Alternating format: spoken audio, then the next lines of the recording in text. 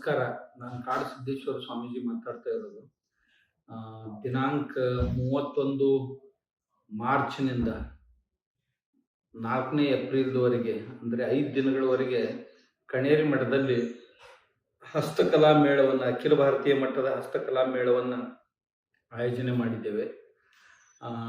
ರಾಷ್ಟ್ರ ಪ್ರಶಸ್ತಿ ವಿಜೇತರಾದಂಥ ಸುಮಾರು ಒಂದು 200 ಜನ ಕಲಾವಿದರನ್ನು, ಹಸ್ತಕಲಾವಿದರನ್ನು ಆಮಂತ್ರಿಸಿದ್ದೇವೆ. ಅವರು ತಮ್ಮ ವಸ್ತುಗಳ ಸಹಿತ ಮತ್ತು ವಸ್ತುಗಳನ್ನು ತಯಾರು ಮಾಡುವಂಥ ವಿಧಿವಿಧಾನಗಳನ್ನು ತೋರಿಸುವ ಮತ್ತು ಹೇಳುವ ಮೂಲಕ ಈ ಕಾರ್ಯಕ್ರಮವನ್ನು ನೆರವೇರಿಸ್ತಾ ಇದ್ದಾರೆ.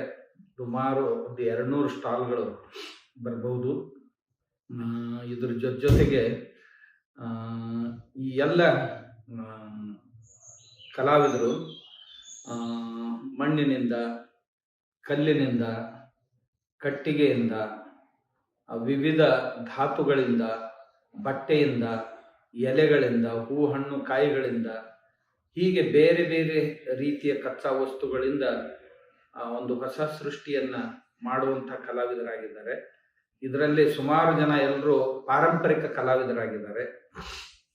ಎಂಥ ಒಳ್ಳೆ ಸೀರೆಗಳನ್ನು ನೇಯುವಂಥವ್ರು. ನಮ್ಮಲ್ಲಿ ಕಚ್ನಲ್ಲಿ ಒಬ್ಬರು ಗುಜರಾತ್ನಲ್ಲಿ ಒಂದು ಸೀರೆಯನ್ನು 1 ವರ್ಷದವರೆಗೆ ನೇಯ್ತಾರೆ. ಒಂದೇ ವರ್ಷದ ಕೊನೆಗೆ 10 ಲಕ್ಷ ರೂಪಾಯಿಗೆ ಅದನ್ನು ಮಾರಾಟ ಮಾಡ್ತಾರೆ.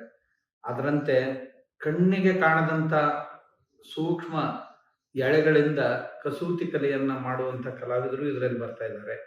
ಅದರ ಜೊತೆಗೆ ಕಸಬರಿಗೆಗಳನ್ನು ಮಾಡುವಂಥ ಒಬ್ಬ ಹೆಣ್ಮಗಳು ಮಧ್ಯಪ್ರದೇಶದಿಂದ ಬರ್ತಾ ಇದ್ದಾಳೆ. ಅವಳು 120 ಪ್ರಕಾರದ ಕಸಬರಿಗೆಗಳನ್ನು ಮಾಡ್ತಾ ಇದ್ದಾಳೆ. ಒಂದು ಕಡ್ಡಿ ಪೆಟ್ಟಿಗೆಯಲ್ಲಿ 50 ಕಸಬರಿಗೆಗಳು ಕೂಡಬೇಕು. ಅಂಥ ಮೊಬೈಲ್ ಕ್ಲೀನ್ ಮಾಡುವಂಥ ಕಸಬರಿಗೆಗಳನ್ನು ಹಿಡ್ಕೊಂಡು ಮನೆ ಅಂಗಣವನ್ನು ಸ್ವಚ್ಛಗೊಳಿಸುವಂಥ ಕಸಬರಿಗೆವರೆಗೆ 120 ಪ್ರಕಾರದ ಕಸಬರಿಗೆಗಳನ್ನು ಮಾಡ್ತಾ ಇದ್ದಾಳೆ. ಇಂಥ ಈ ಕಲಾವಿದರು ಯಾಕೆ ಕರೆಸ್ತಾ ಇದ್ದೀವಿ ಎಲ್ಲರೂ ಅಂದರೆ, ನಮ್ಮ ಸಮಾಜದ ಯುವಕರಿಗೆ, ಯುವತಿಯರಿಗೆ ನಮ್ಮ ಭವಿಷ್ಯದಲ್ಲಿ ನಾವು ಏನು ಮಾಡಬೇಕು ಅನ್ನೋದಕ್ಕಾಗಿ ದಿಕ್ಕು ದೇಶಗಳನ್ನು ತೋರಿಸುವಂತಹ ಕಾರ್ಯ ಆಗಬೇಕು. ಅವರಿಗೆ ಇವರ ಕಾರ್ಯದಿಂದ ಪ್ರೇರಣೆ ಪಡೆದು ಹೊಸ ತಂತ್ರಜ್ಞಾನವನ್ನು ಬಳಸಿ ಅವರ ಕಾರ್ಯಗಳನ್ನು ಮಾಡುವಂತೆ ಪ್ರೇರಣೆ ಆಗಬೇಕು. ಎರಡನೇದ್ದು, ಈ ಸ್ವಯಂ ಸಹಾಯ ಸಂಘಗಳ ಮಹಿಳೆಯರಿಗೂ ಸಹಿತ ಯಾವ ಉದ್ಯೋಗ ವ್ಯವಸಾಯಗಳನ್ನು ಮಾಡಬೇಕು ಅಂತಕ್ಕಂಥ ಮಾರ್ಗದರ್ಶನ ಇದರಿಂದ ದೊರೀಬೇಕು. ಕಲಾವಿದರ ಕಲೆಗೆ ಬೆಲೆ ಸಿಗಬೇಕು, ಗೌರವ ಸಿಗಬೇಕು.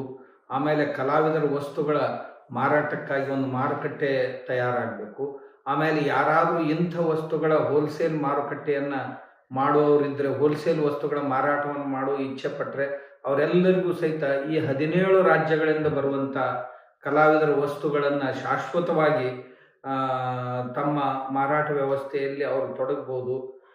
ಆಮೇಲೆ ಕೆಲವು ಜನ ಇಂಥ ವಸ್ತುಗಳನ್ನು ಪ್ರೀತಿಸುವಂಥ ಜನ ಇದ್ದಾರೆ. ಅವ್ರಿಗೂ ಸಹಿತ ಅದು ಒಂದೇ ಕಡೆಗೆ, ಭಾರತದ ಎಲ್ಲ ಹಸ್ತಕಲೆಗಳು ಒಂದೇ ಕಡೆ ಅವ್ರಿಗೆ ನೋಡಲಿಕ್ಕೆ, ಖರೀದಿಸಲಿಕ್ಕೆ ಸಿಗಬೇಕು ಅನ್ನೋ ದೃಷ್ಟಿಯಿಂದ ಈ ಆಯೋಜನೆಯನ್ನು ಮಾಡಿದ್ದೇವೆ.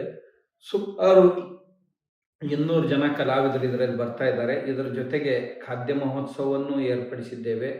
ದಾಕ್ಷಿಣಾತ್ಯ ಖಾದ್ಯ, ಔತ್ತರೇಯ ಖಾದ್ಯ, ಗುಜರಾತ್ ಮತ್ತು ರಾಜಸ್ಥಾನ ಮತ್ತು ಮಹಾರಾಷ್ಟ್ರ, ಕರ್ನಾಟಕದ ಖಾದ್ಯಗಳು, ಹೀಗೆ ಖಾದ್ಯ ಮಳಿಗೆಗಳನ್ನು ಸಹಿತ ನಾವು ಏರ್ಪಡಿಸಿದ್ದೇವೆ. ಇದರ ಜೊತೆಗೆ ಸಾಯಂಕಾಲ ಮಹಾರಾಷ್ಟ್ರದ ಸಂಸ್ಕೃತಿಯನ್ನು ಪ್ರತಿಬಿಂಬಿಸುವಂಥ ಸುಂದರವಾದಂಥ ಕಲಾವಿದರಿಂದ ಕಾರ್ಯಕ್ರಮಗಳನ್ನು ಪ್ರಸ್ತುತಪಡಿಸುವುದರ ಜೊತೆಗೆ ಅದನ್ನು ವ್ಯವಸ್ಥೆ ಮಾಡಿದ್ದೇವೆ. ಆದ್ದರಿಂದ ನಾನು ಎಲ್ಲರಿಗೂ ವಿನಂತಿಸಿಕೊಳ್ಳೋದೇನು ಅಂದರೆ, ಈ ಅಪರೂಪದ ಕಾರ್ಯಕ್ರಮ, ಒಂದೇ ಕಡೆ 200 ಜನ ಕಲಾವಿದರು ದೇಶದ 17 ರಾಜ್ಯಗಳಿಂದ ಬರ್ತಾ ಇದ್ದಾರೆ. ಇದನ್ನು ನೋಡಲಿಕ್ಕೆ ತಾವೆಲ್ಲರೂ ಬರಬೇಕು, ನೋಡಿ ಆನಂದಿಸಬೇಕು, ಆಮೇಲೆ ನೋಡಿ ಕಲಿಬೇಕು, ನೋಡಿ ತಿಳಿಬೇಕು. ಇದರ ಜೊತೆಗೆ ಇಂಜಿನಿಯರಿಂಗ್ ಕಾಲೇಜುಗಳು, ಟೆಕ್ನಿಕಲ್ ಕಾಲೇಜುಗಳು ಏನಿವೆ ಅವುಗಳ ವಿದ್ಯಾರ್ಥಿಗಳು, ಏನು ಫ್ಯಾಕಲ್ಟಿ ವಿದ್ಯಾರ್ಥಿಗಳು, ಅವರು ಕೆಲವೊಂದು ಒಂದು 16-17 ಇಂಜಿನಿಯರಿಂಗ್ ಕಾಲೇಜುಗಳಿಂದ ವಿದ್ಯಾರ್ಥಿಗಳು ತಮ್ಮ ಹೊಸ ಆವಿಷ್ಕಾರಗಳನ್ನು ಸಹಿತ ಅಲ್ಲಿ ಪ್ರಸ್ತುತಪಡಿಸಲಿದ್ದಾರೆ. ಇದೆಲ್ಲವನ್ನು ನೋಡಲಿಕ್ಕೆ 31ನೇ ತಾರೀಕು ಬೆಳಗಿನ 9 ಗಂಟೆಯಿಂದ ಆರಂಭವಾದದ್ದು. ಇದು 4ನೇ ತಾರೀಕು ಏಪ್ರಿಲ್ನ ಮಧ್ಯಾಹ್ನದವರೆಗೆ ನಡೆಯುತ್ತೆ. ಆದ್ದರಿಂದ ಎಲ್ಲರೂ ಬರಬೇಕು ಅಂತ ನಾನು ಎಲ್ರಿಗೂ ಆಮಂತ್ರಿಸ್ತಾ ಇದ್ದೀನಿ.